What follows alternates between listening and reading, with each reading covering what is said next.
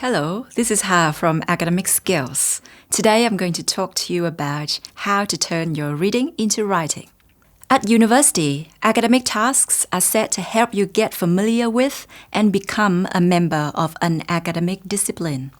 This requires good reading and writing skills. Reading is crucial for exploring disciplinary knowledge in breadth and depth, while writing helps shape your understanding and application of this knowledge in formulating your own ideas. Reading and writing often go hand in hand in academic studies and transform into each other when you address assessment tasks. When you start on an assignment, you're likely to already know something about the topic. This knowledge might have come from lectures and tutorials you've attended, readings you've done, notes you've taken in the subject, as well as from the world of work, home, or social life. Use all these pre-assignment knowledge and resources to help you get in the zone when preparing for your assignment.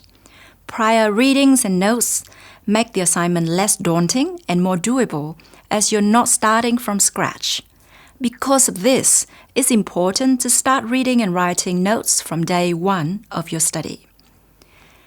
When reading and writing specifically for an assignment, be very clear about what you are required to do and what the task involves. Task analysis makes your reading and writing more purposeful and effective. Focus on your purpose when you select relevant sources, read and take notes on the assignment topic. Try to read and interact with the text on different levels and in different ways to really understand it. You can begin with a quick preview of the title, abstract, introduction, conclusion, and any headings to develop an overview of what the text is about, whether it's relevant to your assignment, and how you will need to read it. Sometimes you may decide that you only need to skim through a text for the main idea or scan it for a particular detail. Other times you may want to read a text more closely and connect it to your own experience, as well as summarizing and critiquing it. This all depends on your reading purpose. It's important that you take notes while reading. Doing this will reduce the need to go over the same text again, save you time, and give you input for your writing. Notes should be taken in your own words instead of being copied from the source. If you use your own words to summarize or paraphrase the author's ideas, you can avoid plagiarism and achieve a stronger voice and consistency in your writing.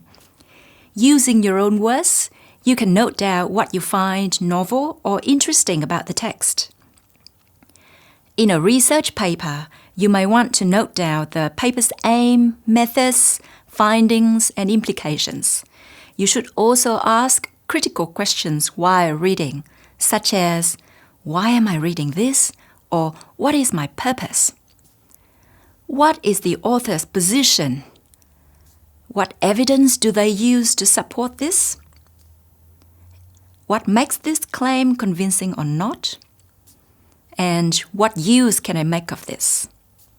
This is an example of how reading is turned into writing in response to the question, what are the factors associated with employee productivity? Here, the reader previewed and evaluated these texts as being highly relevant to this topic. They both talk about the role of a work environment that supports employees' health and well-being. These are the notes taken while reading the articles. Notice how these notes have been organized to support the main idea, which is an enabling factor for employee productivity is a work environment that supports employees' physical and mental health. This idea forms part of the assignment plan in this example. Notice that the notes are not full sentences, but just ideas jotted down. Pause the video to take a closer look. Notice how these notes briefly summarize each study's purpose, key methods, findings, and implications. These notes were later turned into this paragraph. Pause the video, read the paragraph, and go back to the previous lines if necessary to find the connection between the articles, the notes, and the writing. This example is not perfect, but it demonstrates the transformation of reading and note-taking into writing. Notice how the notes from one reading were used in this writing, and then the other reading. Also notice how the articles are linked together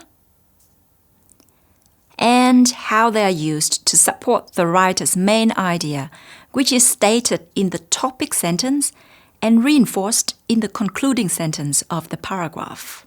This example shows that to write well, you need to read and take notes with a clear purpose and develop the ability to infer and condense the main idea and evidence of the reading. These skills take a lot of practice to build, but you can start now with your next assignment. Enjoy your reading and writing. For more tips and resources, search for Academic Skills UniMelb.